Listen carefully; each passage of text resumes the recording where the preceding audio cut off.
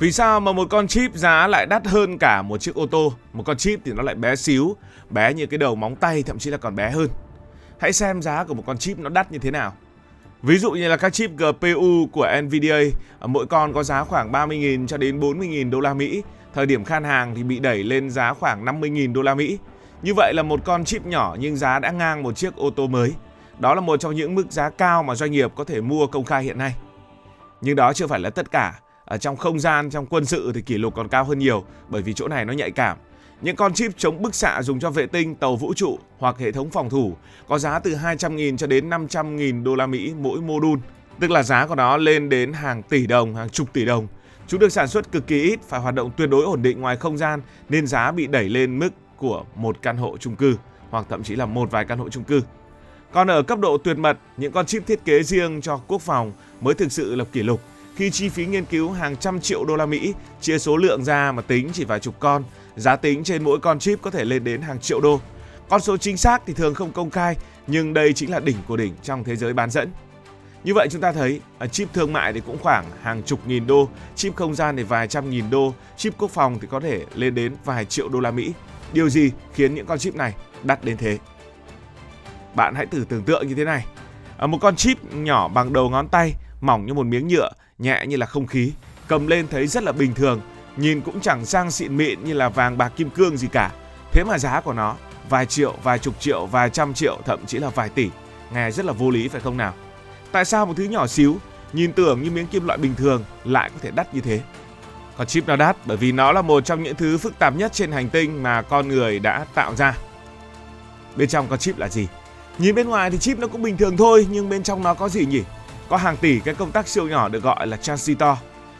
Bạn cứ hiểu transistor giống như cái công tắc bật và tắt điện. Máy tính hoạt động được là nhờ những công tắc này bật tắt liên tục. Và một con chip đời mới có thể chứa từ 10 cho đến 20 tỷ transistor. 10 tỷ là bao nhiêu? 10 tỷ tất nhiên là đông hơn cả dân số trái đất. Dân số trái đất chỉ có hơn 8 tỷ người mà thôi. 10 tỷ transistor, một con số khổng lồ, bằng số người trên hành tinh này nhưng chỉ nhét vào một miếng bé tí như là móng tay. Và mỗi transistor như vậy thì phải siêu nhỏ, nhỏ hơn sợi tóc người khoảng 20.000 lần. Tức là nếu bạn lấy một sợi tóc bổ ra thành 20.000 phần, mỗi phần đó tương ứng với một transistor. Nói cho dễ hình dung, nếu phóng to cái transistor đấy lên bằng hạt gạo thì con chip sẽ có diện tích bằng một sân bóng đá. Tức là một miếng nhỏ xíu đang có một thành phố điện tử siêu đông dân, hoạt động 24/24, không ngủ và không nghỉ. Thực tế bạn đang không mua một miếng kim loại hay một miếng silicon, bạn đang mua một thành phố thu nhỏ. Và đây là một thành phố điện tử siêu phức tạp. Lý do tiếp theo khiến con chip nó đắt bởi vì cái công nghệ làm chip. Muốn làm chip người ta phải xây dựng những nhà máy đặc biệt, và những nhà máy này thì không giống nhà máy may mặc hoặc những nhà máy lắp ráp thông thường. Phòng sản xuất chip phải cực kỳ sạch, sạch hơn cả phòng mổ bệnh viện rất nhiều lần. Một hạt bụi nhỏ mà bạn không nhìn thấy bằng mắt thường có thể làm hỏng cả con chip. Nên bạn đi vào đó phải mặc những bộ đồ kín mít như là phi hành gia, vì chỉ một cọng tóc rơi xuống là đủ gây lỗi. Chưa hết, bây giờ chúng ta hãy đến với công đoạn này để thấy rằng làm chip khó như thế nào. Máy quan trọng nhất trong nhà máy chip hiện đại đó là máy in thạch bản EUV. Trên thế giới gần như chỉ có một công ty sản xuất được, đó là công ty ASML của Hà Lan. Giá một chiếc máy như vậy khoảng 150 cho đến 200 triệu đô la Mỹ. Chúng ta vẫn gọi nó là máy quang khắc, tức là khoảng từ 3.500 cho đến 5.000 tỷ Việt Nam đồng. Một chiếc máy thôi đã bằng giá xây dựng cả một khu đô thị nho nhỏ. Nhưng vấn đề là một nhà máy thì không dùng một chiếc. Một dây chuyền công nghệ 5 nanomet hoặc 3 nanomet hiện đại có thể cần vài chục chiếc máy như vậy. Và nếu tính 30 chiếc nhân lên thì đã riêng tiền máy là khoảng 4 đến 6 tỷ đô. Mà đó mới chỉ là tiền của một loại máy trong rất nhiều loại máy trong hàng trăm thiết bị khác. Chưa hết, một chiếc máy quang khắc như vậy nặng khoảng 180 tấn. Khi vận chuyển phải tháo rời thành hàng chục container. Bên trong có hơn 100.000 linh kiện. Hệ thống gương của nó phải được đánh bóng chính xác đến mức sai số nhỏ hơn kích thước nguyên tử. Ánh sáng của nó thì siêu ngắn. Tức là bạn đang không mua một cái máy, mà bạn đang mua thực tế là một cỗ máy tinh vi nhất mà loài người từng chế tạo. Còn cả nhà máy thì sao? Các hãng như là TSMC, Samsung hay là Intel phải bỏ ra 20 cho đến 30 tỷ đô la Mỹ để xây dựng một trung tâm sản xuất chip mới. 30 tỷ đô la Mỹ thì siêu lớn, gấp nhiều lần chi phí xây một tuyến metro lớn, bằng cả GDP một năm của một quốc gia nhỏ hoặc thậm chí là trung bình nhỏ, và bằng tiền xây hàng trăm nghìn, hàng triệu căn nhà. Mà đó là chưa tính đến chi phí vận hành, nào là điện, nước siêu sạch, hóa chất và nhân lực kỹ sư trình độ cao. Một cái khu vực sản xuất chip như vậy tiêu thụ điện ngang một thành phố cỡ vừa. Nước siêu tinh khiết dùng mỗi ngày có thể lên đến hàng chục triệu lít, chỉ cần mất điện vài phút là thiệt hại tính bằng hàng triệu đô la Mỹ. Và tất cả chỉ để làm ra những miếng silicon nhỏ xíu bằng móng tay. Nhưng miếng đó chứa hàng tỷ transistor và là trái tim của điện thoại, của ô tô, của AI, của tên lửa, của vệ tinh. Vì thế, giá chip không chỉ nằm ở kích thước của nó, giá nằm ở cái nhà máy khổng lồ đứng sau lưng nó. Lý do kế nữa khiến cho giá của những con chip rất đắt bởi vì không phải làm con nào cũng thành công. Bạn tưởng sản xuất chip làm bao nhiêu là bán bấy nhiêu? Không. Ở một tấm đĩa silicon lớn có thể cắt ra thành vài trăm con chip, nhưng không phải con nào cũng dùng được. Có thể 20 đến 30% sẽ bị lỗi, tức là làm 10 con thì có khi 2 đến 3 con là phải bỏ giọt rác. Những con sống sót phải gánh tiền của những con đã chết nên giá của nó cũng đội lên. Công nghệ càng nhỏ, ví dụ 3 nanomet, 5 nanomet thì tỷ lệ hỏng càng cao. Thế nên càng nhỏ càng khó và càng khó thì càng đắt. Và một cái lý do nữa khiến giá của những con chip siêu đắt bởi vì nó không dễ để mà thích thì sản xuất ngay. Rất tốn công, rất tốn sức để mà nghiên cứu đầu tư. Trước khi bạn cầm trên tay một con chip, thực ra người ta đã âm thầm làm việc với nó cả chục năm trời.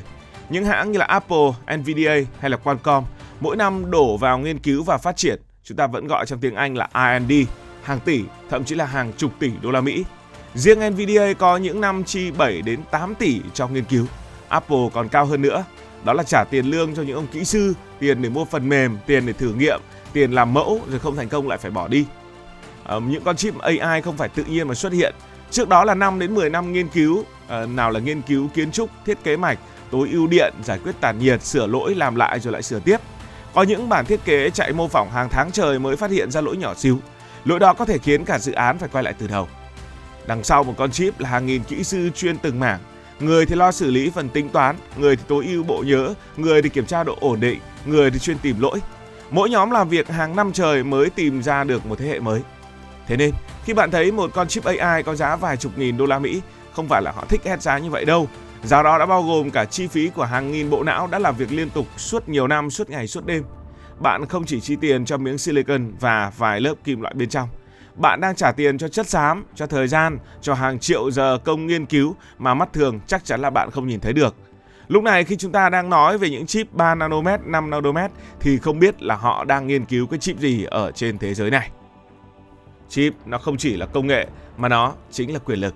Chip nằm trong điện thoại, chip nằm trong ô tô, chip nằm trong máy bay, chip nằm trong tên lửa, chip nằm trong hệ thống quân sự, chip nằm trong AI, chip ở những thứ xung quanh chúng ta. Không có chip chắc chắn kinh tế sẽ dừng lại. Chính vì thế nên Mỹ đã kiểm soát việc xuất khẩu công nghệ chip, Hà Lan thì kiểm soát máy quang khắc, Đài Loan thì có TSMC là trung tâm sản xuất chip tiên tiến bậc nhất. Chip bây giờ không khác gì dầu mỏ của thế kỷ 21. Tổng kết lại, một con chip đắt vì nó hội tụ những yếu tố sau.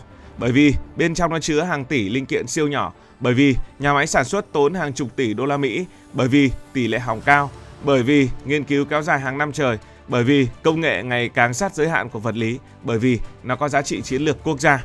Khi bạn mua một con chip, bạn không mua một miếng silicon, bạn đang mua hàng chục năm phát triển công nghệ, hàng triệu giờ nghiên cứu và cả cuộc đua quyền lực toàn cầu. Cảm ơn vì đã quan tâm theo dõi câu chuyện này. Nếu cảm thấy thú vị, bạn có thể nhấn nút đăng ký kênh, bật chuông thông báo và chia sẻ. Còn bây giờ thì xin được nói lời chào tạm biệt.